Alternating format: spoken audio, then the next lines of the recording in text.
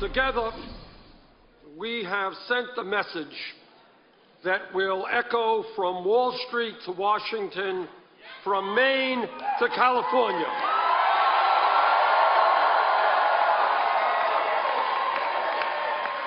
And that is that the government of our great country belongs to all of the people and not just a handful of wealthy campaign contributors and their super PACs. Well, that was the Democratic primary winner here in New Hampshire, Bernie Sanders, reveling in his defeat of Hillary Clinton.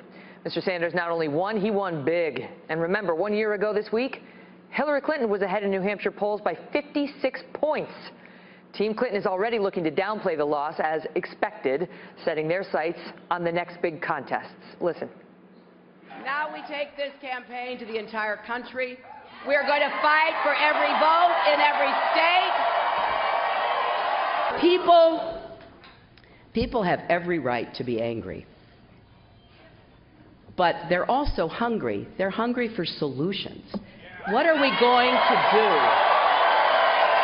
Wall Street can never be allowed to once again threaten Main Street. And I will fight to rein in Wall Street. And you know what? I know how to do it. Mike Emanuel is live at the Clinton headquarters in Hooksett, New Hampshire. Mike? Well, hi, Megan. Hillary Clinton said something that has become painfully obvious to her and her supporters, that she has a lot of work to do, particularly when it comes to young people. The data shows that Hillary Clinton does well with older voters in places like Iowa and New Hampshire, people who remember her from her days as First Lady of the United States. But the data also shows that Hillary Clinton is getting walloped when it comes to voters under 30 years of age. And so that's what she's talking about working on as the campaign moves forward. The Clintons are going home to New York, and then there will be a critical debate Thursday night in Milwaukee, Wisconsin. The Clinton campaign's eager to turn the page on the calendar to March, when they say that the calendar reflects a lot of states where they think they're better positioned with more diversity to win. Megan? Mike, thank you. Well, as Bernie Sanders celebrated his victory, Team Hillary released a long memo explaining her loss. Joining us to discuss it, Kirsten Powers, Fox News contributor and USA Today columnist. Also, Robert Zimmerman, who's a Democratic National Committee member from New York, the Clinton supporter and co-founder of Zimmelman Edelson Public Relations. Let me start with you, Robert, as a Clinton supporter. Sure. Good evening, Megan. Look at those numbers. So she right now is losing to him by 21 points. That her goal was to keep it within single digits. What does it say that she fell so short of that goal?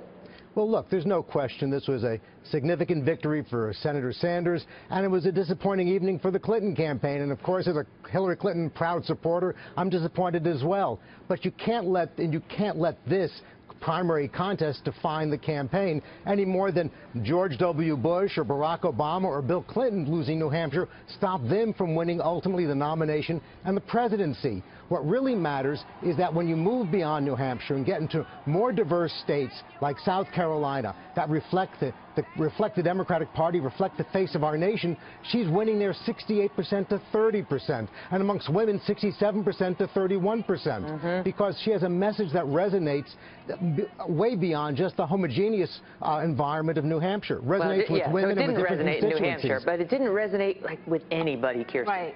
She lost every demographic group except for people who made more than $200,000 and people 65 and older. So he was winning in every single demographic group. And look, she may be winning women right now in South Carolina because we're not there yet, but she got handily beaten among women by Sanders tonight. I mean, these should be the people that should be behind her. They're the people that were behind her in 08, and she was winning them, and they're not behind her. And so I think that, well, look, I think Bernie Sanders has a message that really resonates, and that they are looking for somebody who is going to change the system and shake up the system. If you look at both people who won tonight, they have a lot in common, actually. They talk about a lot of the same kinds of things. They talk about we're not going to be the policeman of the world, that we have bad trade deals, we're not going to have these trade deals anymore. You're getting a raw deal. The political class is screwing you over. You know, they are giving very similar messages, and I think that these are messages that both parties it's really resonating with both parties. Well, I would really, I think it's very important to try to put this in perspective. New Hampshire has its own very unique libertarian economic view of the world, the live free and die state. Hillary Clinton won amongst women in Iowa, and she's winning nationally amongst women solidly as well. So I would be very careful not to let this define the election. Obviously, it's a tough night, but this tough night does not in any way determine the battle for the nomination. Wouldn't you, if you had to choose being Bernie Sanders or being Hillary Clinton, wouldn't you rather be Hillary Clinton right now at this point in the race, even though he won? Because if you look at the polls going forward. If the race was determined by New Hampshire, you'd be right. But we got 48 states to go. 56% of the delegates are being chosen in March. All right, go ahead. Yeah, I mean, I don't know, because I think that she should have.